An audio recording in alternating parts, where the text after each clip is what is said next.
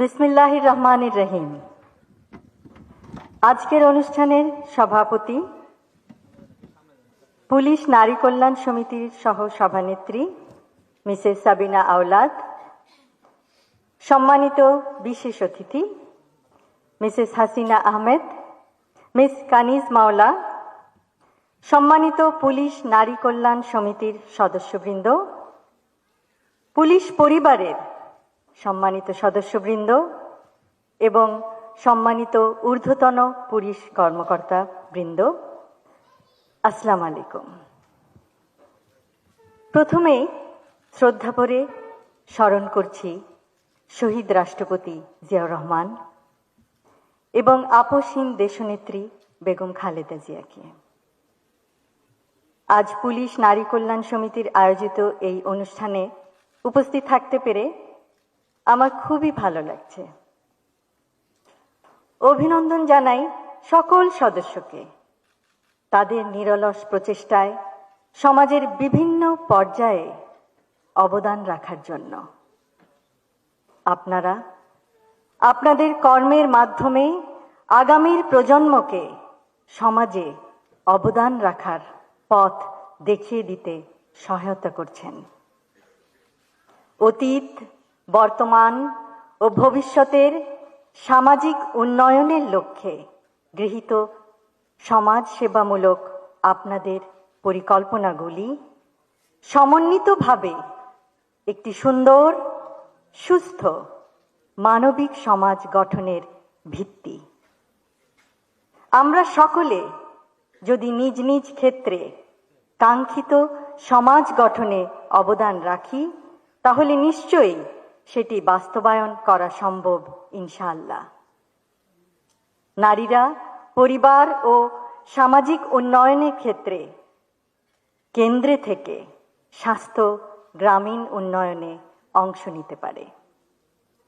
কন্যা শিশুদের নিরাপত্তা ও সুন্দর মানবিক বিকাশ নিশ্চিত করার মাধ্যমে প্রতিটি মেয়ে যে ভবিষ্যৎ নিজের জন্য গড়তে চায়, সেই পথে রাষ্ট্র ব্যবস্থা প্রতিবন্ধকতা সৃষ্টির পরিবর্তে তা এগিয়ে নেবে। স্বনির্ভরতার লক্ষ্যে ক্ষুদ্র, কুটির ও মাঝারি শিল্পে যোগ্যতার ভিত্তিতে নারী উদ্যোক্তাদের উৎসাহ প্রদান, যেমন প্রয়োজনীয় প্রশিক্ষণ এবং ডেভেলপমেন্ট ও মার্কেটিং সাপোর্ট প্রদান। ফলে পারিবারিক সচ্ছলতা বৃদ্ধি ও সন্তানদের শিক্ষা এবং দারিদ্র্য বিমোচনের লক্ষ্যমাত্রা অর্জনের পথ সুগম করা সম্ভব হবে। সবশেষে আজকের এই সুন্দর অনুষ্ঠানটি আয়োজনের জন্য পুলিশ নারী কল্যাণ সমিতির সকল সদস্যকে জানাই আন্তরিক ধন্যবাদ এবং তাদের সকল কর্মকাণ্ডে উত্তরোত্তর সর্বাঙ্গীন সাফল্য কামনা করি। আমাদের মাঝে আজকে পুলিশ নারী কল্যাণ সমিতির সভানেত্রী অধ্যাপিকা নাসিমা ফেরদৌসী উপস্থিত নেই। আমরা তার আশু রোগ মুক্তি কামনা করছি মহান আল্লাহ তাআলার কাছে। সকলকে ধন্যবাদ। আল্লাহ হাফেজ। বিসমিল্লাহির রহমানির রহিম। আসসালামু আলাইকুম ওয়া রাহমাতুল্লাহি ওয়া বারাকাতুহু। বাংলাদেশের জনগণ, দেশপ্রেমিক জনগণ, আপনারা যদি লক্ষ্য করছেন, ভারতের যে কলকাতায় শুভেন্দ্র বিজয়ী হওয়ার পরে ভারতের মুসলমানদেরকে যেভাবে অন্যায় জুলুম নির্যাতন করতেছে, এটা কিন্তু বাংলাদেশের কোনো মিডিয়া দেখাচ্ছে না। কিন্তু খুনি হাসিনার পতনের পরে যে সমস্ত আমলিকরা হিন্দু ছিল, সে কিন্তু মায়ের কাছে জনগণের কাছে, মানে আমলিক করার কারণে, অন্যায় করার কারণে। তখন ইন্ডিয়ার মিডিয়াতে কিন্তু দেখাইছে হিন্দু হিসাবে, আমলিক হিসাবে দেখায় নাই। মানে এই যে ইন্ডিয়া একটা বদমাশি, জাউরামি। কিন্তু আজকে আমাদের দেশের মিডিয়া আছে মুখে কুলুপ ঢুকার আছে কেন? এই জন্য আমি বাংলাদেশের বর্তমান সরকারের কাছে অনুরোধ জানাবো, যেহেতু মানুষ রাজনীতি করে জনস্বার্থে, দেশের জন্য, জনগণের জন্য, বাংলাদেশ থেকে আমলিককে নিষিদ্ধ করতে হবে। এবং সেটা আমার বক্তব্য না।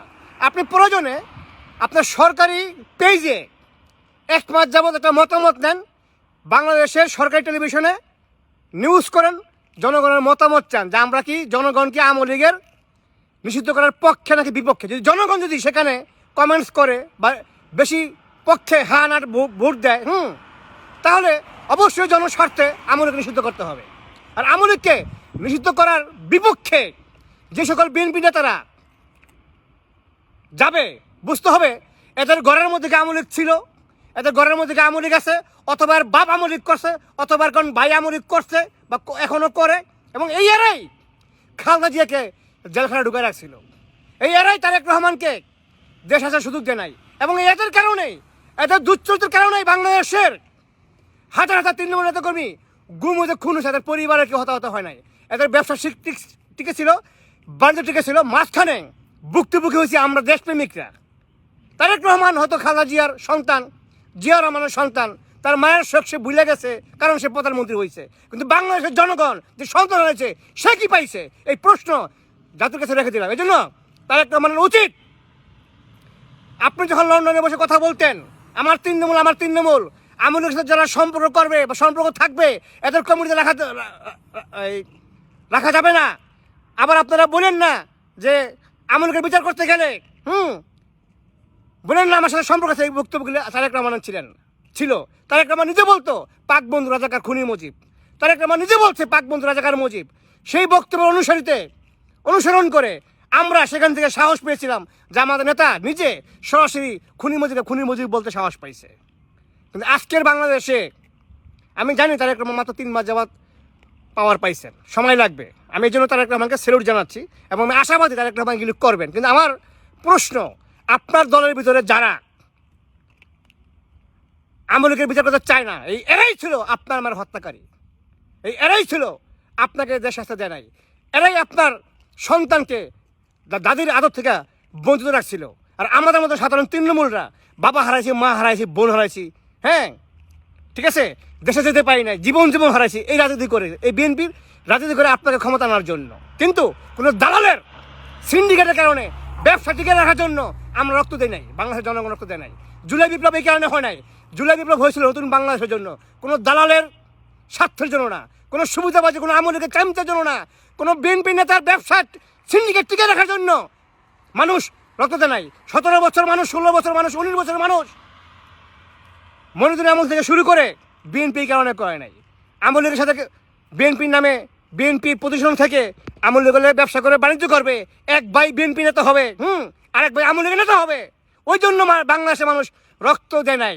অতএব আওয়ামী লীগের বিচার আমরা চাই, খুনি মুজিবের মাইয়া লুটপাটের বিচার চাই, আওয়ামী লীগের দুঃশাসনের বিচার চাই, যতগুলি গুম হয়েছে, খুন হয়েছে, যতগুলি অন্যায় হয়েছে, অবিচার হয়েছে, রাষ্ট্রদ্রোহিতা হয়েছে, সবগুলির বিচার আমরা চাই।